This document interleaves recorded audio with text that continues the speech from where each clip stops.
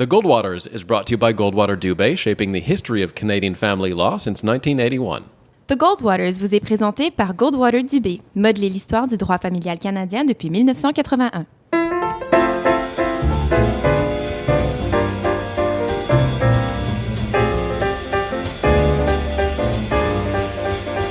Welcome back to the Goldwaters. I'm your moderator, Dan Delmar, here with Anne France. And today on the program, we're going to be talking about sex panic, the history of sex panics, and whether or not we are living one currently with the Me Too movement. So we'll get to that in just a second. But first, Anne France, first of all, how are you? I'm lovely. How are you, Dan? I'm good. Good, thank you. You had a big meeting with the mayor recently. Do you want to talk about that a bit? Certainly. It was a lovely meeting with a lot of nuts and bolts discussions about what we can do to boost the Montreal economy, because boosting tax revenues is a big issue after the mess we were left in by Denis Coderre's profligate ways. And I think there are some good ideas that were put on the table. We also had to discuss more about regulating animals on the island of Montreal and thinking about modernizing our bylaws to reflect, the current standard of what's appropriate in controlling animal population and providing for security in public streets and so on. And we're going to review the Calgary model also because it's an economically self-sufficient model. So all in all, it was a really terrific meeting. Lord knows I had my teary-eyed moment because I was so proud of Valérie for being the first lady mayor of the city of Montreal in the 375 years since the founding of this city. It's a little scary to think that it took that long, almost 4 centuries, to put a woman at the helm, but I think it's the promise of a great new era in municipal governance. She did not waste any time in taking the steps to suspend all the contentious provisions of the Montreal bylaw that were limiting quotes, pit bull type dogs, but we're looking for a more comprehensive reform because the idea is to provide for better living, more sanitary conditions for animals. And again, always with the emphasis on public safety, ensuring as well that all animals are getting adequate health care, are being vaccinated, are being sterilized, and most important of all, are being microchipped. And we'll have the mayor of Montreal, Madame Plante, on the podcast very soon. Woohoo! Stay tuned for that. So we'll head into our chat with yourself, Daniel, and Samantha on sex panic. Any initial thoughts? First of all, you're obviously one of the biggest feminists here in Quebec. You've made a lot of gains for feminism in this province, in the society. What do you make of the Me Too movement and maybe in Quebec, the Et Maintenant movement? It's hard to determine the historical impact of a sea change in societal attitude. It's when you're standing in the middle of the sea change in societal attitudes. Necessarily, I bring a lawyer's curmudgeonly sense of suspicion with any new movement. What are the risks if it goes too far? Are we going to start pillaring men en masse for any type of awkward and inappropriate behavior? But, a lot of it is colored by my perception as an older woman. I'm almost 60 years of age. And for better or for worse, I was raised in a culture where there was a certain tolerance for what we called men's behavior. It's even of concern to me that I have to say in the year 2018 that we used to tolerate a certain amount of inappropriate language and inappropriate physical contact and inappropriate commands from men, never mind pushing too hard in terms of advancing an intimate relationship. And it was just, boys will be boys. Why did we tolerate that? I don't know.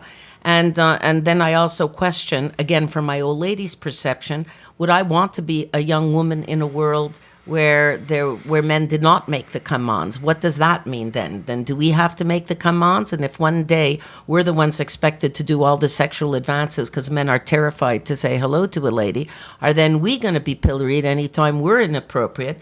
Lord knows I am the champion of inappropriate, crude language and blue jokes, but I guess I get away with it because I'm an old woman. Whereas if I were a young guy or an old guy or any type of guy, I'd be in the hot water. So I try to keep that in perspective. Let's get to the conversation with yourself, Daniel and Samantha. Sex Panic on the Goldwaters.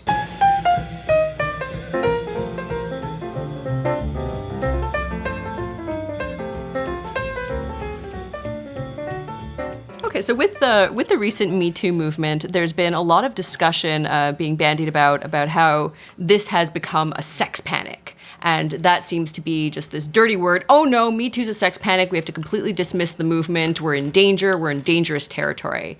And I think, as the more and more I've been reading or we've been talking about the Me Too movement, about sex panic, it occurs to me at a certain point that, well, wait, what are we even talking about? How is this a sex panic? What is a sex panic?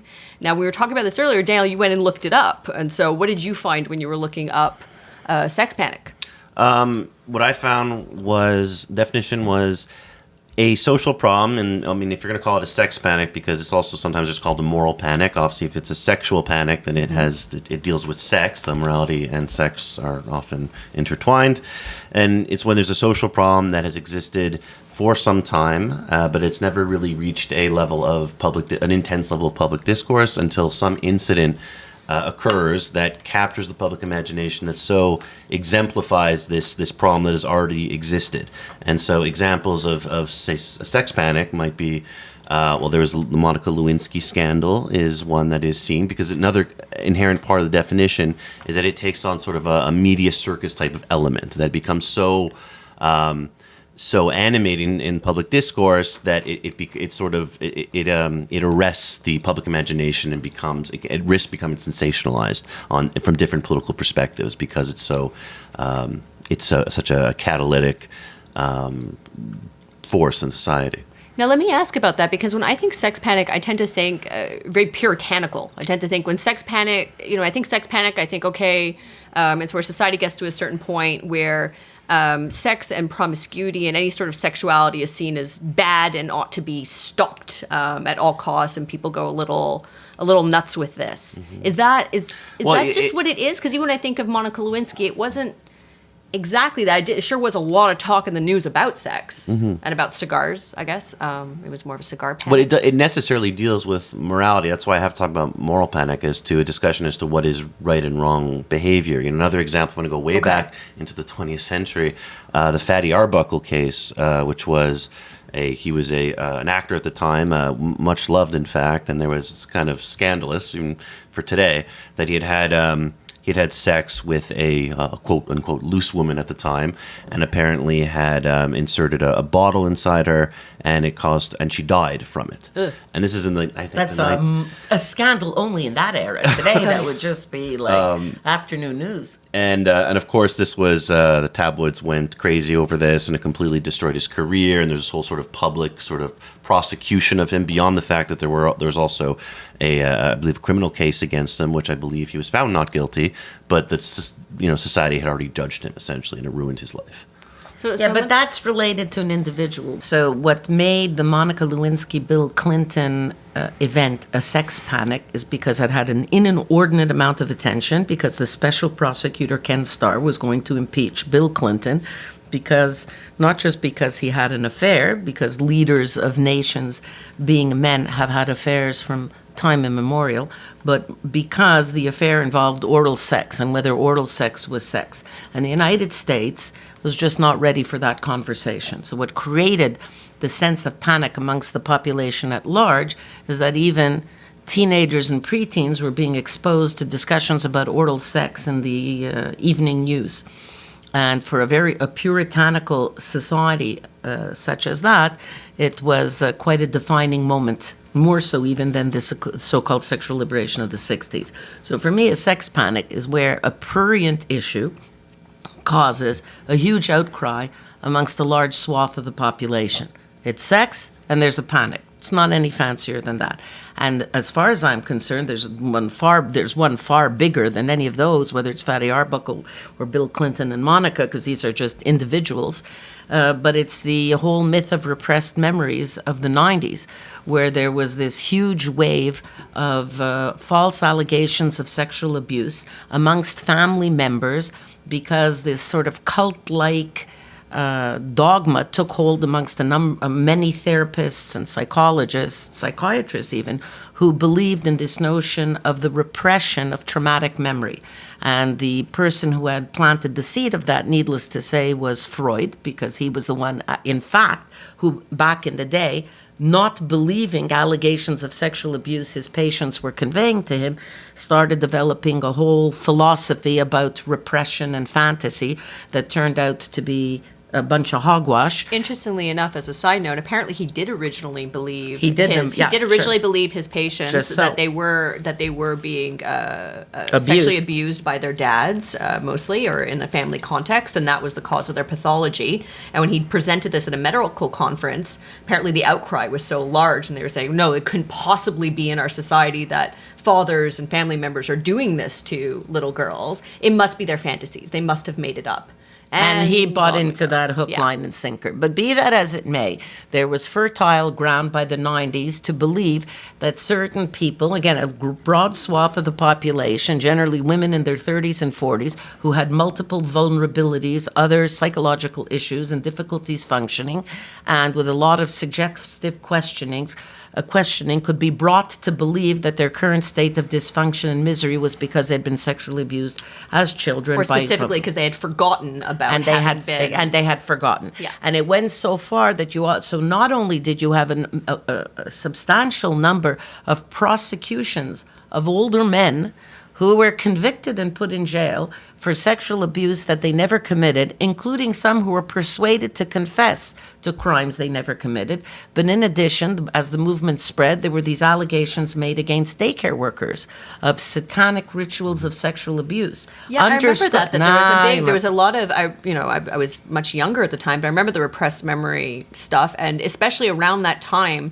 a lot of the panic around satanic cults and molesting children, and there's books and stories and Oprah and exactly. So even though not a single child bore a single mark or a single injury, people believing that they were doing well would suggest, with aggressive questioning of little children, suggest to them that they had been involved in satanic rituals of sexual abuse involving penetration of various body parts, including cannibalism, including all kinds of things little kids can fantasize about, who really have no conception of what sex is or sex isn't.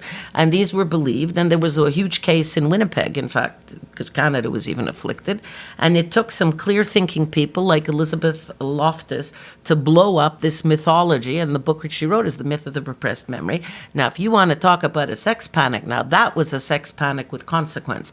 By using the repressed memory scandal as the sort of perfect example of a sex panic, Mom, it suggests that the panic element is equated with illegitimacy, right? Because really what you were trying to unearth in all this was the fact that this was a movement that caught the public's imagination and also actual practitioners in the field, and a lot of harm was done, and it was mostly based on a lot of bunk science, is your point.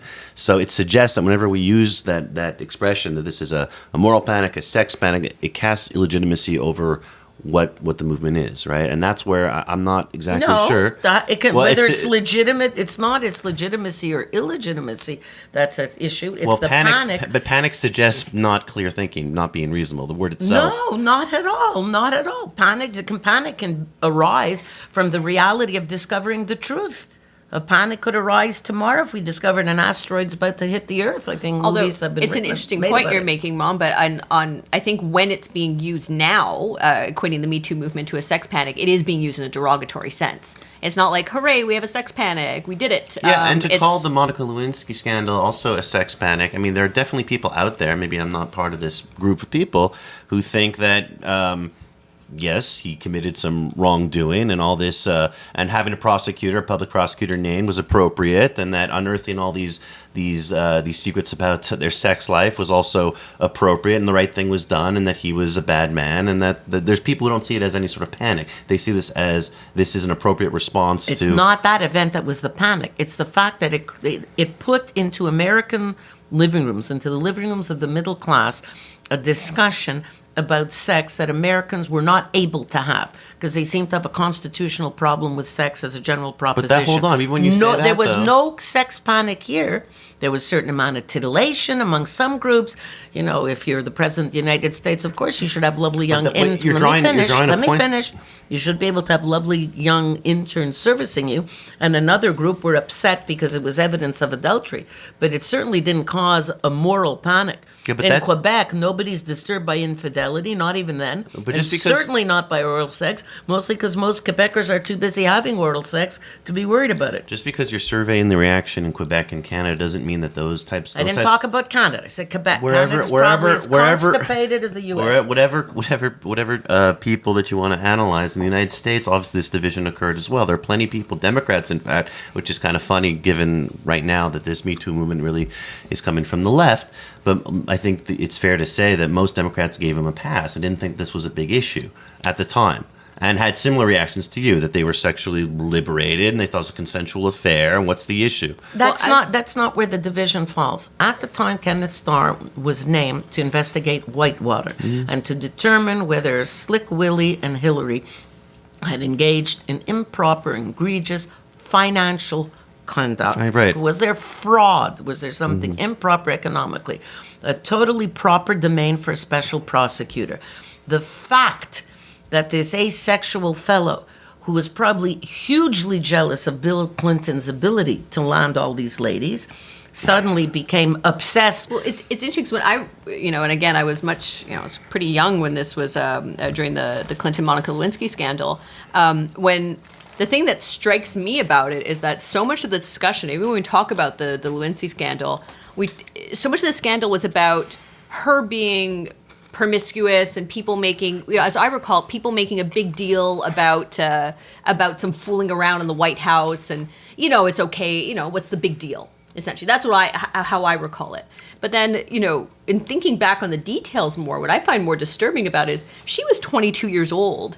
He was her boss, kind of boss of the country, and 49 years old.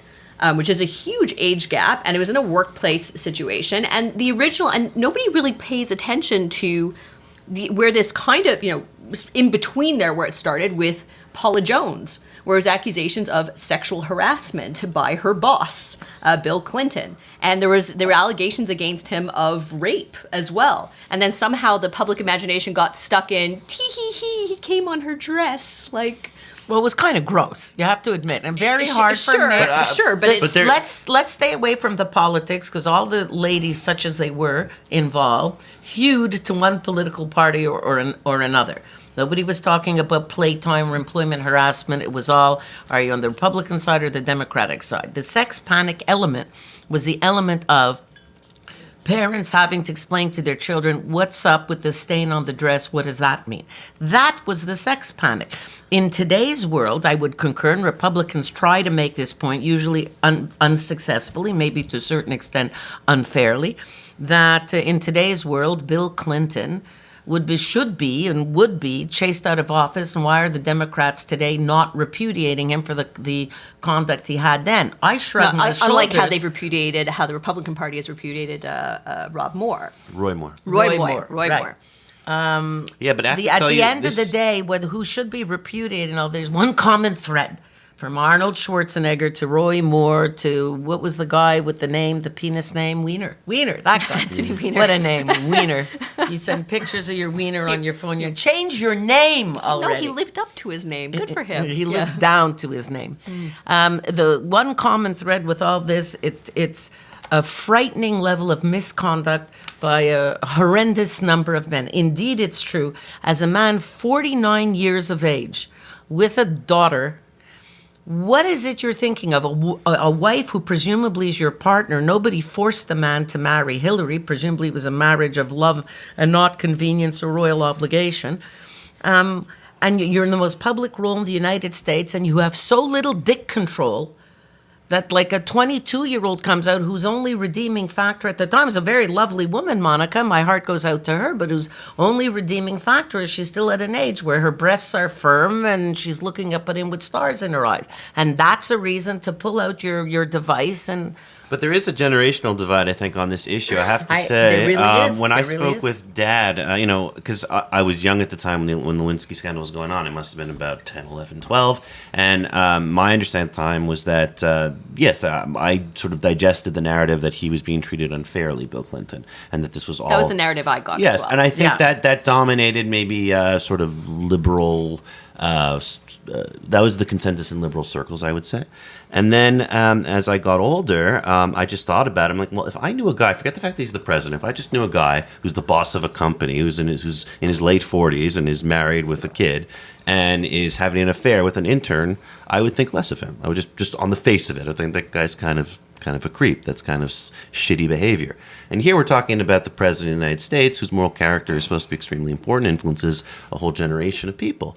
And to me, before we get into anything else about him, then also perjuring himself, lying affidavits, also getting Monica Lewinsky. He was disbarred for it. Right. Also getting Monica Lewinsky to lie on affidavits, and then And Kenneth Starr threatened her with 20 or 30 years in prison So, for I having mean, lied on an all affidavit. The Republicans have a real problem with sex. But that's the thing. But just looking at that on its face, I mean, to me, that just speaks of poor moral character. It's very basic. Here's the poor and moral- I wouldn't want someone like that, leading me in and of itself, even if he's otherwise competent. Here's the problem. The problem is the lack of sorority, the lack of inter-women collaboration and support. Because I remember that what struck me the most, the two things that struck me the most, Monica Lewinsky's story came out because she was confiding in an older woman, Linda Tripp.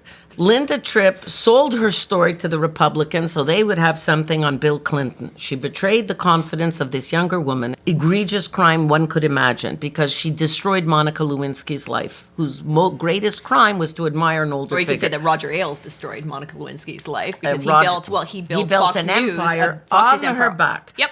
And then the other person who disappointed me greatly was Hillary Clinton, because her failure to divorce him at that time just did me in.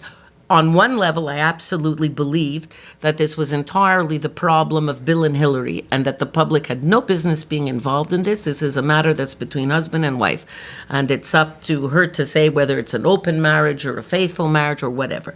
But it seemed to me, from my understanding of their relationship, that they had a conventional marriage. They married because they were in love with each other, same profession, similar ages, and so on. And that she ended up betrayed in the ugliest and most public way, and she just shut up and took it. And I thought that we were past the era where women will shut up and take it, but we're not past that era. We're still in that era today in 2018. There was a moral panic then, there's a moral panic now, there should be. And at what point and by what means women can attain a true moral, psychological, physiological equality to men, so that we can stop the misery of these stories, the misery of the public humiliation of the women, the misery of this horrendous kind of infidelity that is predicated upon money and power. Money and power that men wield and continue to wield. I don't know how we're going to get there. I despair we're ever going to get there. Part of the discussion, of course, has been differentiation, right? I mean, you can't necessarily lump Harvey Weinstein together with Aziz Ansari. Do you know how many men I know that are Harvey Weinstein, that look like him, smell like him, are sexually pathetic like him? I, as an older Jewish woman, have to say he is about as threatening to me as a pile of Stella's dog poop in the living room. It smells bad, it's annoying, I'm irritated, I'll clean it up. Yeah, but you're not some 17-year-old ingenue from some small town that was just plucked out of obscurity because she looks good and is charming. Not at all. As a matter of fact, this is where I laud the Me Too movement. I have always recognized, I've taken myself as an example, as an indication to exemplify exactly why these social movements are necessary. Because even if somebody can be as aggressive and self-assured and powerful. I was a lawyer when I was 21 years old. I had power. I wielded power as a very young woman. I knew what my rights were. I knew how to protect myself. And even if I can have been sexually assaulted, needless to say, by another attorney, how else would that happen? And let me be clear, let's use the right word, raped. Let's just not be namby-pamby and call it sexual assault. Never mind all the other, dealing with inappropriate language and physical contact by other attorneys over the years, and by older men and more powerful men and businessmen. Boy, the list goes on. If that can even happen to me, imagine how terrible it must be for women who have no power, who have no money or no social status, or don't know their rights, or don't speak the language, or or are not white, for instance. Mm-hmm. And this is why I do think that the sex panic exists today, but in a very good way. I don't view it as something negative. Part of my concern when you're talking about a real sex panic, a moral panic that afflicts all of society, is getting past the individual story, whether it's Harvey Weinstein or Aziz Ansari, because the question of the egregious conduct complained of is so different from one extreme to the other that it's kind of strange that they're all being pigeonholed into this one category in the Me Too movement. I think if this sex panic concept is going to be positive, you have to get away from just putting any fellow's misdeed into the pot, no matter how banal or minor, and try to look at it from the broader perspective. And what is the broader perspective? Where is the sex panic in this? Is how can women take their place in the discourse of sexual interactions to make it more pleasant and foster more positive outcomes for us, and to give more guidance to guys so that you don't have so many of these incidents that are caused by miscommunication, lack of empathy, lack of understanding, a failure to listen to direct messages that women are trying to communicate, while at the same time, encouraging women to be more assertive about what they want and even more so what they don't want from men. Because otherwise it turns into this meaningless men against women ridiculousness that doesn't achieve anything, that just alienates the sexes from each other. No? Don't you think, Daniel? Yeah, I do. And there's some people who have talked about how a lot of men also go through these sorts of experiences, right? That men have been sexually abused, no doubt, and that men also might have times when they're sexually pressured to do things they don't want to do. And whenever I hear that come from mostly like the men's rights crowd, I often roll my eyes because I just think back on my life and I say, I've never felt sexually victimized. Maybe I'm lucky. Anyways, and finally, but I mean, I do think to myself sometimes, when I was coming of age without being too explicit, and you start having sexual relations with women, there was a moment where I had to sort of express to women what I desired, right? In the mechanics of sexual lovemaking or in the dating process, there is a process where, a man has to also find what he wants and how to communicate these things to his partner. And I remember at the time it was not evident because you don't want the woman to feel like she's inadequate. You don't want the woman to feel like you're being pushy or dominating or... It's a careful territory to navigate. It's not evident, and I was thinking to myself, perhaps I know that there's some men maybe still struggle with this, can't really communicate their needs to their partners, and that perhaps with women there is an added social weight again to be more pleasing. And I've been with different women. I've been with women who've been more upfront about their needs than others. So I'm not sure if Mom, your point is you're trying to get to this being a useful panic and that we can now start getting outside of individual stories and start speaking to actual social trends or social sort of happenings, like beyond the actual incident. I'm not sure how to unpack it. And that's the hugely important part of this discussion. And I want to add into that aspect the fact that since we're the ones who bear the children, a part of child rearing is a certain amount of wear and tear on the equipment, not to put too fine a point on it, which then also complicates and adds to the instances that can cause pain in intercourse. But you will note in the scientific literature that all the research is done on erectile dysfunction, which at the end of the day may be an annoying thing for a husband, a huge relief for the wives. Maybe annoying. Not necessarily, but okay. That's what the statistics report in older women. They were not thrilled when their husbands discovered Viagra. Not at all, because they finally had peace. And so sad. That's how sad, but that's how sad. And now you're talking married couples who are together, who are presumably in love. That's how sad and how unsatisfying the sexual experience is for so many women. Whereas from a woman's perspective, when you're talking about vaginismus, which is spasms of the vagina, or dyspareunia, which is pain in intercourse, there's a teeny tiny number of scientific studies that have been done to investigate this and provide relief to women. And as if that's not an important problem in society. I also think that one of the challenges that I would imagine a lot of women feel in this discussion is sex-positive feminism, right? That when you start talking about this stuff, you're labeled some sort of shrew you don't like, you don't like sex, or you're anti-sex, and you're some sort of feminazi with sexual problems, say, would be the caricature. And I think that a lot of women were raised with this sort of sex-positive feminism, right? That part of being a feminist is liking sex, right? And not being prudish about it. And I think that there's been maybe a generation of women who've had to deal with that, with the consequences of that, which are, how do I actually make this pleasurable for me? It's not that evident, right? To be able to go out there in the world and be expecting sexual happiness or having sex on, be more open about sex with men hasn't really translated to more sexual happiness or happiness, I think, among a lot of women.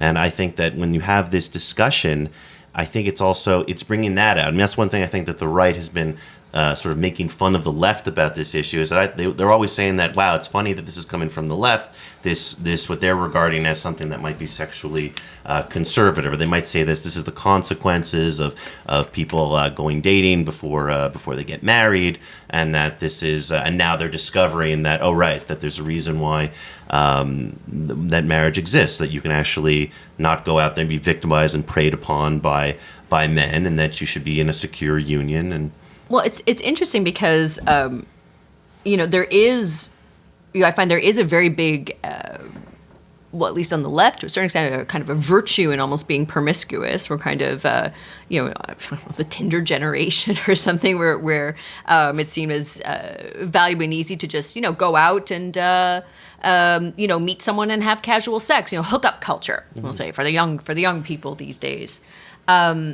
And I, in terms of the link between that and the Me Too movement and issues around consent, I think that's overblown. I think the Me Too movement and discussion around it is about having good and consensual sex. It's not a consequence of having too much sex. It's a consequence of having sex that is not consensual. That's the issue.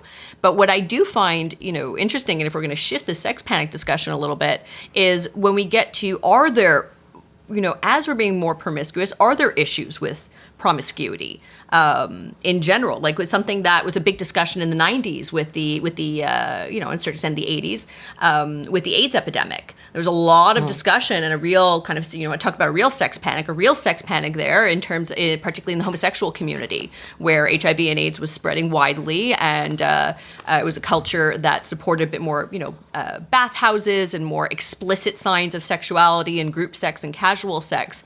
And there were big discussions in society at large and within the gay community about, is promiscuity okay? Like, is this, should we reel it back? Are, more, quote, traditional relationships where it's, husband and wife, or let's say husband, wife, or marriage, is that the better model? Is that the safer model? And, your argument, exactly the way you're elucidating it, is how I elucidated it in the same-sex marriage case. And in fact, it was the fact of AIDS that caused and permitted society and required society to open the doors to equality and to a panoply of rights to gay couples, whether male or female, because it started with the rights of widowers, of the rights to medical care, the rights to access to your partner's medical insurance policy if it was in the States, employer rights, bereavement rights, and all the way to gay marriage. And when I argued gay marriage, because my clients had testified very poignantly about a New Year's party that they had thrown, because in their group of friends, each friend would take a turn each year throwing the party, and it was their turn, and they were a couple, had already been together by then 25 years, and they were the only ones amongst their friends not HIV positive. And one of the friends said during the dinner, you realize, 5 years from now, we're all going to be gone, except for you two, because you've been, quotes, married, because they've been together in an exclusive relationship for so many years. And that's what inspired them to create locally the gay marriage movement. And in court, I said, it's because of the AIDS epidemic that we recognize heterosexuals, that to a certain extent we have blood on our own hands, because we did not open the door to marriage and to give the option to gay and lesbian couples, principally, of course, gay couples, to enter an institution that is sexually protective of the partner, sexually and socially protective. Because with the oath of fidelity comes a protection from sexually transmitted diseases.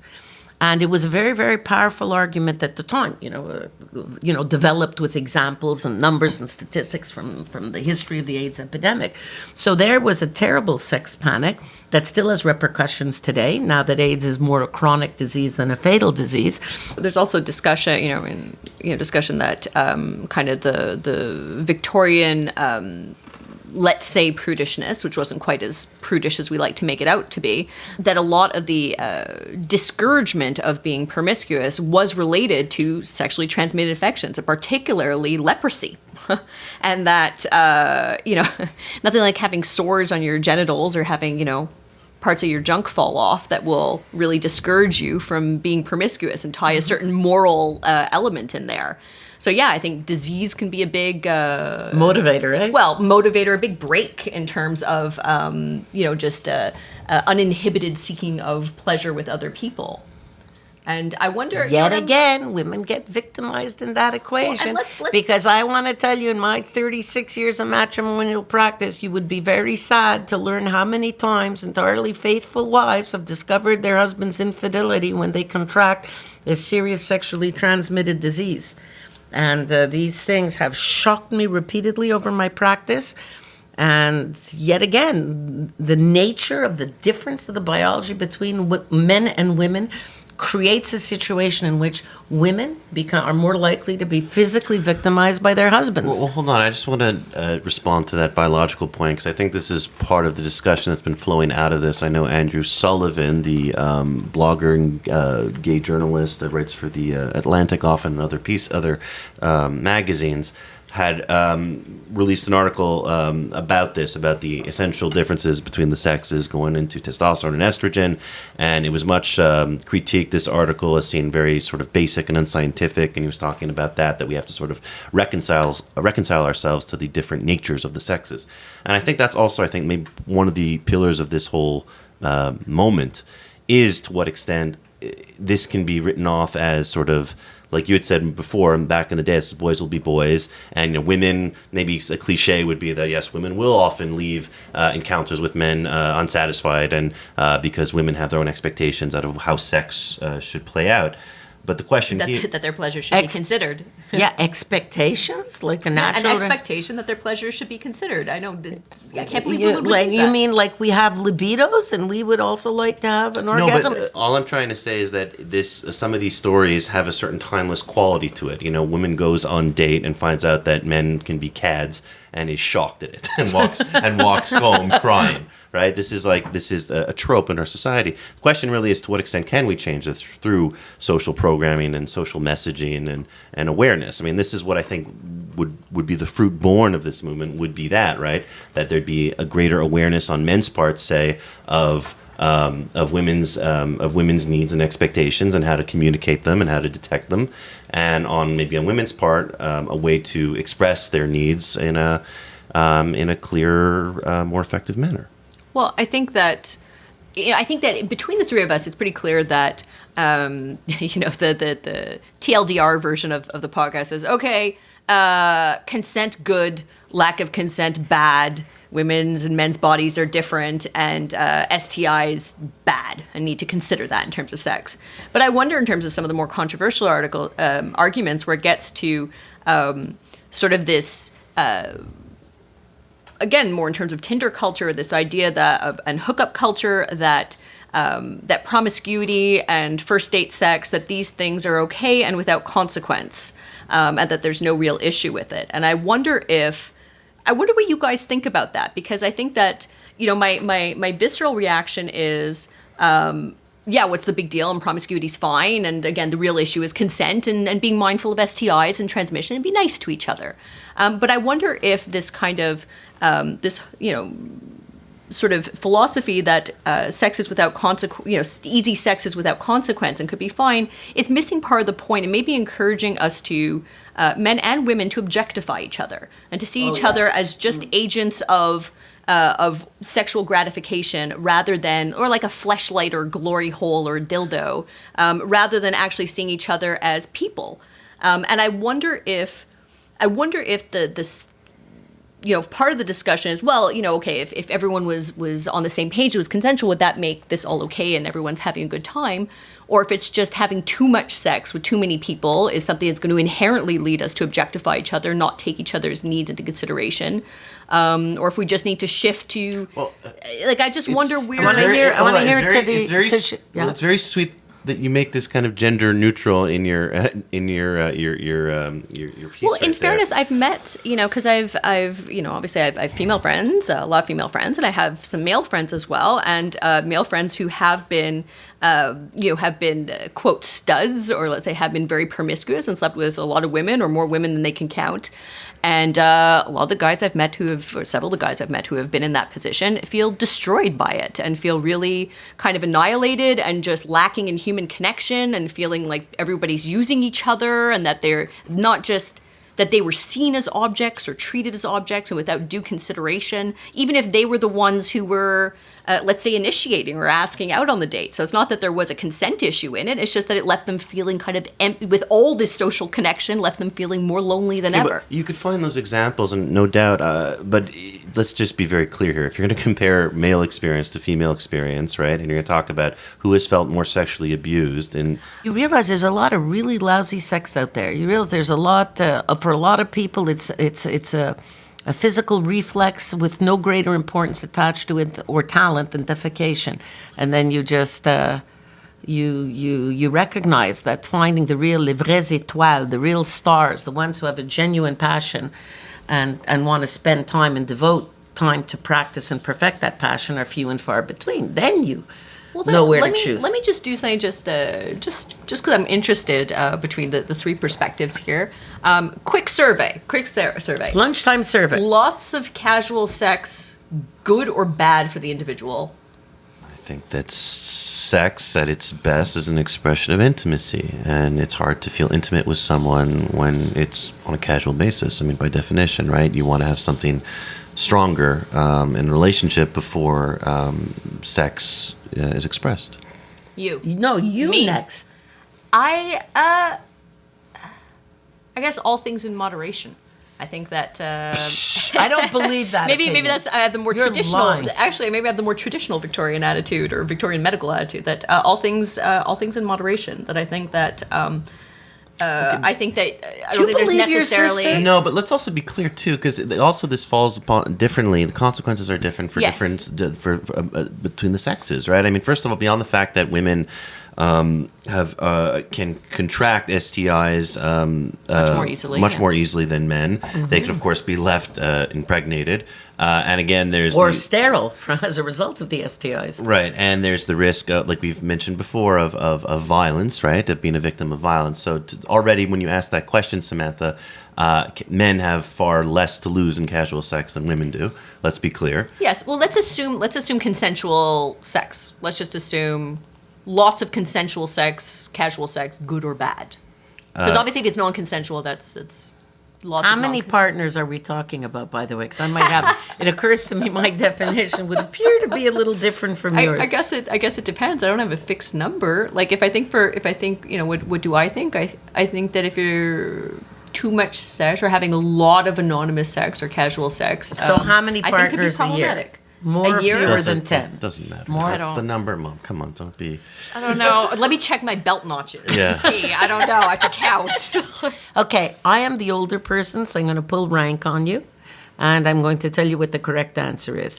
All To right. appreciate the value of intimacy in sex requires having had enough casual sex. I mean, a bad sex to recognize. But that's 100%. totally untrue. People who are in long-term committed unions actually report having higher sexual satisfaction than people who are Doesn't having. mean they know better. Right. Well, As I see it, I hope that the Me Too movement is going to lead to one concrete result, which is to require a rethinking of sex ed in high schools and to take sexual education directly into the domain of the communication between boys and girls, because I'm say specifically boys and girls' expectations, because boys need to understand more from girls that girls need sexual contact too, and girls need orgasms, and that girls need understanding and need to be listened to. and that a boy's sense of urgency about orgasm doesn't necessarily match up with the girl's need for a little extra time to get there. And from a girl's point of view, a girl doesn't have to learn quite as much, let's say, because, we live, whether we like it or not, with the consequences of the biological imperative of the other side.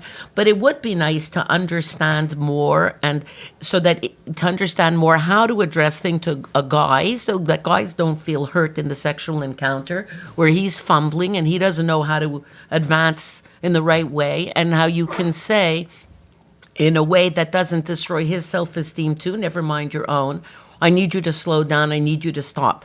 I want to say it nicely to the men. I think for a lot of guys, they could view that as very diminishing and soul-destroying and be very upsetting, because there is a biological urgency pushing them forward that is hard to control. And they have to understand when a woman uses those words, and I hate to come back to the Aziz Ansari story, but if you do have a girl who says at one moment, slow down, I'm not feeling good, we need to be communicating this to children when they're 12 years old, no later. This is important because if we don't inculcate in boys and girls from the earliest ages, you have to speak. Your sex organ is your brain, and the tool of your brain is your mouth. Talk. Keep talking all the time. Well, and you know what, I'd like to build on what you're saying. I do, in terms of what I hope, is the legacy of the Me Too movement. I hope that it moves in the direction of more education from kids in terms of standard curriculum, in terms of discussions amongst parents and how we teach our kids and how we deal with them about, particularly when we're talking about sexual education, where we're talking about more about consent.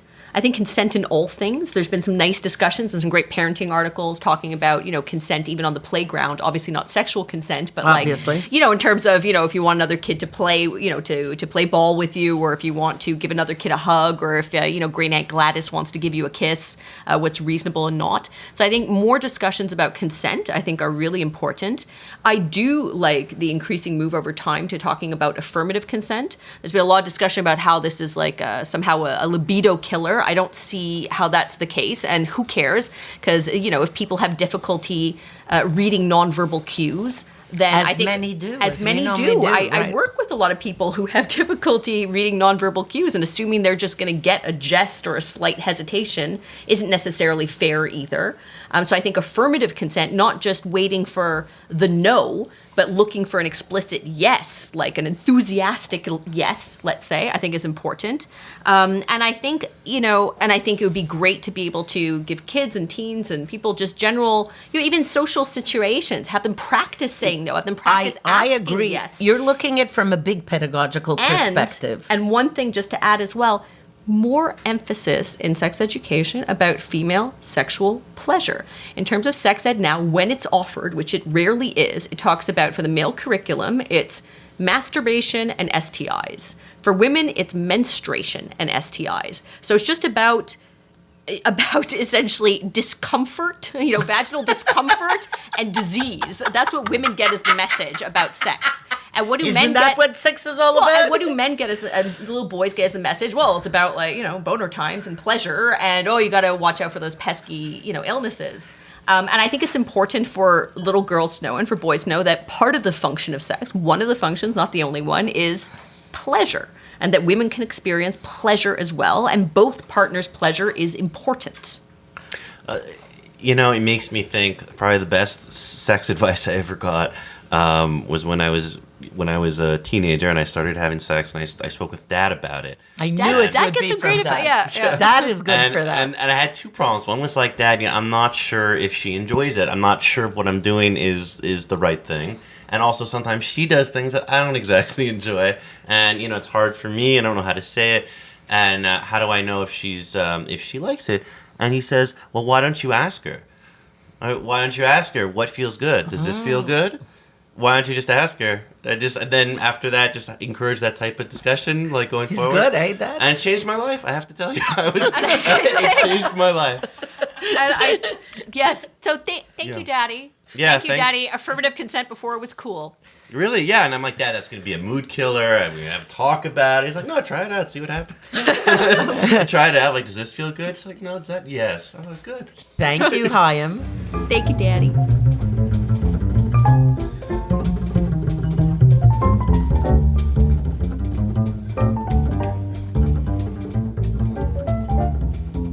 Dr. Samantha, so the issue of sex panic has throughout history caused some pretty funny moments, some awkward moments, lately perhaps some very dark moments.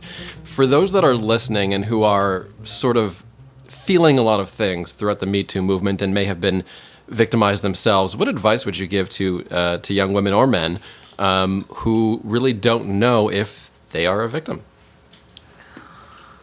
Wow, great question, Dan. And it's a great point to bring up because it is something that I have noticed even in my practice and in my cohort with friends that some have felt very empowered by the Me Too movement, and several of them have really started to rethink certain sexual encounters, really what they found were painful and uncomfortable sexual encounters, and start to ask themselves the question: was this an assault? Or just started to, particularly, clients or friends who have a trauma history have started to have a lot of flashbacks about their, previous experiences being assaulted. What I would say to people is to allow themselves to have those feelings, allow themselves to be able to explore them, and allow themselves to trust their guts at a certain point. It's okay to be able to look back on a sexual experience and one that maybe you didn't sort originally as an assault, and to be able to look back on and say, you know what, that was really uncomfortable, and in my gut that felt really icky and that felt painful, and it felt like I was taken advantage of, and be able to sort that for yourself and accept that those are your feelings about it. And if you have more mixed feelings about it, like let's say it was in the context of a romantic relationship, and where there's feelings of, well, but I love the person, but they didn't do this on purpose, or where it's not really as clear in our minds what that situation was, to allow that ambiguity to exist. And not everything needs to be black and white, and not every feeling needs to be neatly compartmentalized and put into a box. And we can have, I think a lot of times in our society, we rush so quickly to categorize people as good people and bad people. Even when we're little kids, movies are about, there's the good guys and the bad guys.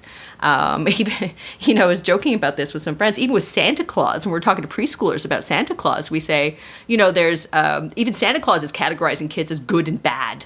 And the good kids get material stuff and the bad kids get, nothing or a hole in their stocking. And I think that does our society a disservice. And we can have our own experiences, and we can know people in our lives who were good to us in certain contexts, who we felt comfortable with and we felt safe with in certain contexts, and who did bad things, or who did things that were painful and uncomfortable. And that sort of nuance and ambiguity can exist, and it's okay to accept it as is. Your dad gave Daniel some pretty good advice as a young man, and that was one of our standout moments, I think, from the episode. Mm-hmm. Such a basic question that I think evades some young men. To be able to just ask. Mm-hmm. Yeah, well, I think it's one of the things that I find really shocking now is anytime there's a discussion about affirmative consent, you have people, raising their hackles, oh, it's going to ruin the intimacy and the romance, and no one's going to have sex ever again because you asked. And it seems just so absurd to me on its face. What's the problem with asking? And some of, if I can think for myself, some of my, let's say most titillating encounters in the past have started with a question, can I kiss you? Or I'd like to kiss you. And that could be really hot. There's nothing wrong with that. And I don't see why that has to be, why there's this weird attitude that it needs to be, that a come-on needs to be aggressive, or somehow wordless and completely silent in order for it to be pleasurable or successful, let's say, as an encounter. So we start telling kids from, as soon as they start speaking, use your words. And I don't think that that's a bad thing. Maybe we could all use doing that. What is your further reading recommendation for this episode? My further reading is, I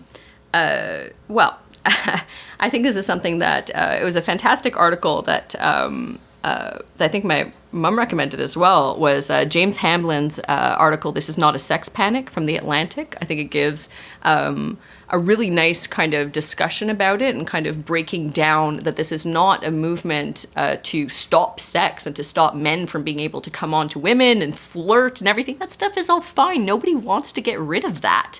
But really that we want to be having good and consensual and mutually enjoyable sexual encounters, whatever those may be. And just for fun, this thing I've recommended in the past, but if you really want to see sex panic, Capturing the Freedmans. Just a fantastic documentary. It's really good. I've recommended it twice now. Thanks very much, Dr. Sam. Thanks, Dan. That'll do it for this episode of The Goldwaters. You can listen to past episodes at thegoldwaters.ca and join the conversation on Facebook or Twitter, #TheGoldwaters. Don't forget, you can also email us with your suggestions, talk@thegoldwaters.ca. We're going to have the Mayor of Montreal on a episode coming up very soon. Stay tuned for that. I'm your moderator, Dan Delmar. See you next time. Yay, we did it. Good one, guys. Yeah, I think that was great. Thanks, Sarah.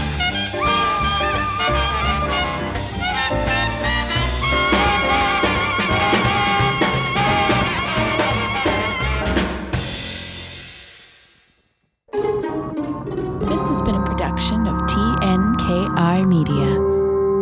Good talk.